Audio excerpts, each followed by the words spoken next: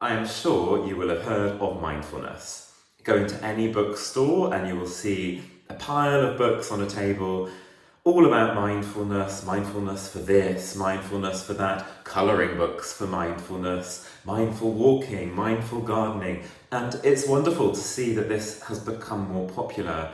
And it's not just a modern thing. It has ancient roots, just like yoga, in Eastern traditions, and it isn't something that has just popped up here in the West. I think it's important to respect that and think about how can we use it in a way that is respectful. So whilst we've heard of mindfulness, and perhaps we know about meditation as a form of mindfulness practice, do we really know what mindfulness means?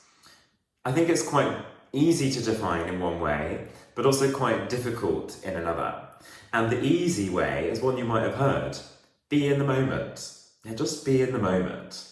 And maybe you've had this experience yourself where you're struggling with something or you're not feeling very good and you go and talk to somebody about it or ask for advice and your friend or whoever it is says, you just need to be in the moment. And actually maybe your moment is not very nice and it's very natural to not want to be in the moment and to sort of avoid it and to not have to feel those difficult feelings. And so mindfulness can't then be easy, can it? Or it would be easy in the good moments, but more difficult in the harder moments. And perhaps that tells us that mindfulness isn't just about being relaxed. And it's not just about having a calm mind, a nice empty mind.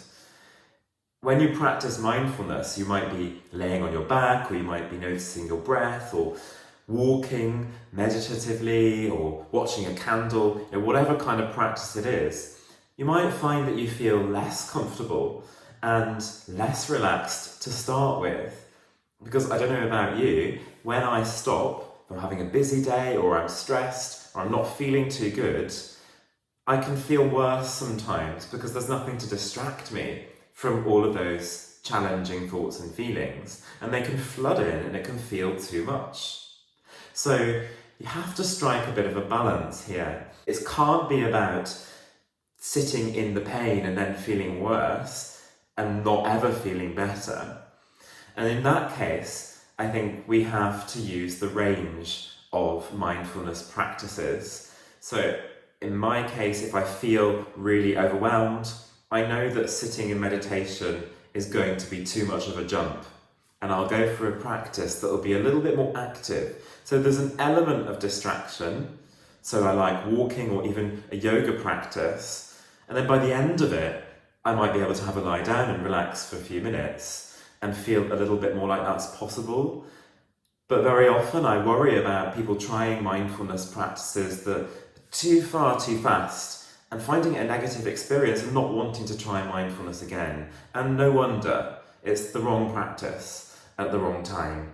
And so we have to try things in maybe a little bit of an experimental way.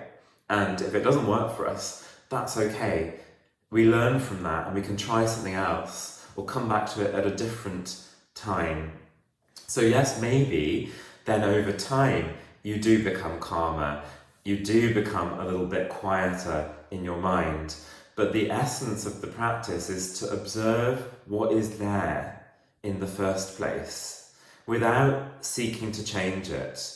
Because ironically, if we try to change it and try to feel more relaxed, we won't. We'll feel probably less relaxed. There's nothing worse than an instructor saying, and now you are relaxed. You think, I'm not relaxed at all. And then you try and be relaxed and you think, I should be relaxed. And then you feel even more tense. It's about letting go. So mindfulness is a practice of doing less or not even doing at all. It's about observing and not doing and not trying to cloud out those uncomfortable thoughts or reject them or look the other way. But we have to find the right level at which we can go there and encounter our thoughts and our feelings. And sometimes we do need a little bit of an active exercise and we can slow it down from there.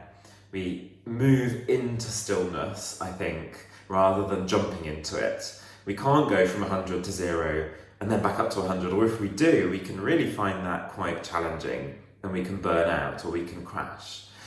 Finding practices that help us to calm into a place where perhaps we could be a little bit more still and observe our mind from there, those can be really helpful. So look at the range of practices, try out different things and see what works for you without judgment of what you find when you try things.